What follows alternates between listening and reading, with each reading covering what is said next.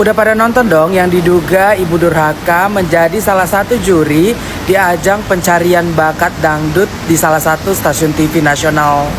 Yang aku tahu sih acara itu ajang pencarian bakat, bukan ajang curhat bersama Irfan ataupun acara infotainment.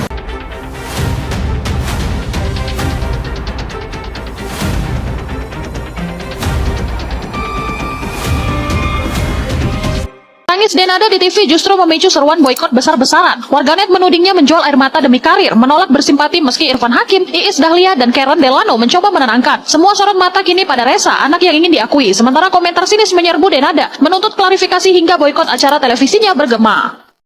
Kok bisa ya ada seorang laki-laki pembawa acara TV ya memberikan pertanyaan seperti ini kepada Bang Hotman Paris? Biasa yang kita lihat kan ini orang tuh peka banget ya.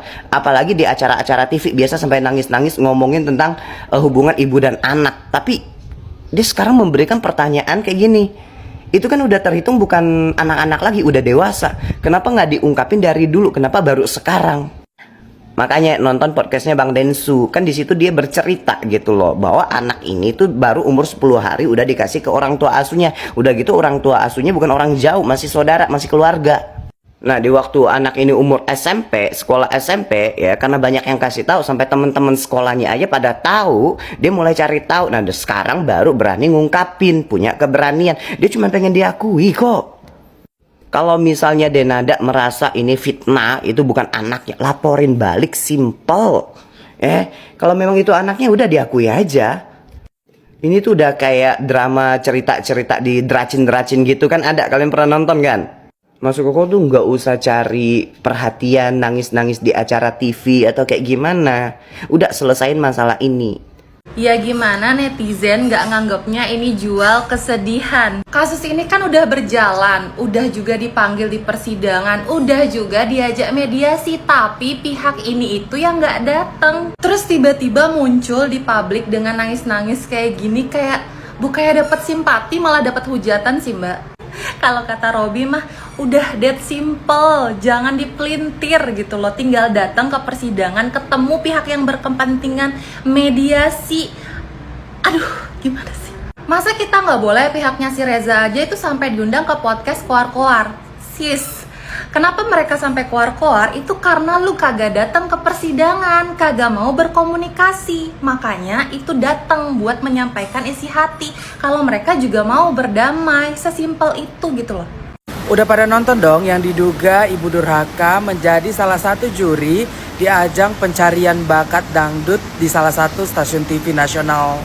Yang aku tahu sih acara itu ajang pencarian bakat, bukan ajang curhat bersama Irfan ataupun acara infotainment. Fokus aja gimana menilai peserta-peserta di acara dangdut itu dong. Buat lu yang diduga sebagai Ibu Durhaka, lu jangan abu-abu. Kalau itu bukan anak lu, katain itu bukan anak lu. Kalau emang itu anak lu ungkapin itu anak lu. Masa 24 tahun lu belum berdamai sama diri sendiri? Itu anak gak ada salahnya. Kalau emang lu ada masalah sama bapak itu anak, yang lu cecer bapaknya bukan anaknya. Yang lu buang itu bapaknya bukan anaknya. Andai-andai kalau misalnya 24 tahun lalu lu diperkaos sama bapak itu anak, lu laporin ke polisi. Dan buat bapak host, stop lu bilang dia itu bukan anak-anak. Jadi kenapa baru muncul sekarang? Emang gue tanya ya, emang lu gak akan shock kalau sebenarnya kakak sepupu yang lu anggap selama ini mbak ternyata adalah nyokap lu sendiri. Itu keluarga dekatnya juga udah berusaha menutupin biar itu anak gak tahu siapa ibu kandungnya. Tapi dia cari tahu, dia sampai nyari kesana kemari, akhirnya dia tahu fakta dibalik siapakah ibu kandungnya. Mental woi. Kan sudah hitungannya bukan anak-anak lagi dewasa. Nah, ketika anak kenapa tidak diungkapnya dulu gitu, maksudnya kenapa baru sekarang gitu bang? Ya mungkin dia baru ada keberanian karena dia kan bukan ahli hukum. Saya dengar dia cuma kerja di warung kopi ya, gaji 3 juta sebulan di daerah Banyuwangi ya. Betul. Ya mungkin dia baru ada yang berani menyarankan, berani memberikan nasihat, baru dia ada keberanian. Dan itu memang boleh-boleh aja, tidak ada kena daluarsa istilahnya, belum. Ya. Tapi ini kan kita baru dengar juga dari satu pihak ya, dari pihak Denada kalau tidak salah belum ada satu statement apapun. Jadi tentang benar tidaknya yang diungkapkan oleh si anak tersebut, ya belum bisa terbukti. Begitu kan Bang Hotman? Benar. Kalau mau anaknya serius, bisa juga secara normatif saya bicara, bisa juga menempuh upaya hukum, lapor polisi, karena di Undang-Undang Perlindungan Anak, barang siapa menelantarkan anak itu pidana. Undang Perlindungan Anak, barang siapa menelantarkan anak itu pidana. Hah? Malah bisa dilaporin pidana karena menelantarkan anak. Tadi Irfan kan kayaknya mau belain Dena ya, karena bilang kalau anak itu udah gede. Kenapa baru sekarang kayak gitu kan? Dan dijawab sama Bang Hotman mungkin karena baru berani. Kalau soal anak udah gede baru berani, baru mengungkap ini tuh menurut aku udah akumulasi sih. Mungkin Irfan nggak nonton podcastnya Densu kali ya. Di podcastnya Densu itu awas sih kau ini ngapain kamu? Di podcastnya Densu itu jelas banget gitu loh, mereka udah nahan-nahan sekian puluh tahun, tapi ada kejadian mobil yang membuat ibu angkat ya Bu Rati itu datangi polisi karena ada urusan mobil yang nyangkut itu ya, urusan mobil. Makanya mereka udah nggak kuat lagi, akhirnya speak up gitu loh. Nah ini kan sebenarnya ya menurut Mamski nih, maaf ya Mas Irfannya ya, simple aja, tinggal diklarifikasi aja sama Dena, bener apa enggaknya. Kalau emang nggak bener ya udah, yang merasa bener lapor polisi, yang merasa nggak bener lapor polisi. Nanti kan di kepolisian atau masuk ke pengadilan pidana maupun perdatanya bakalan dicek semua.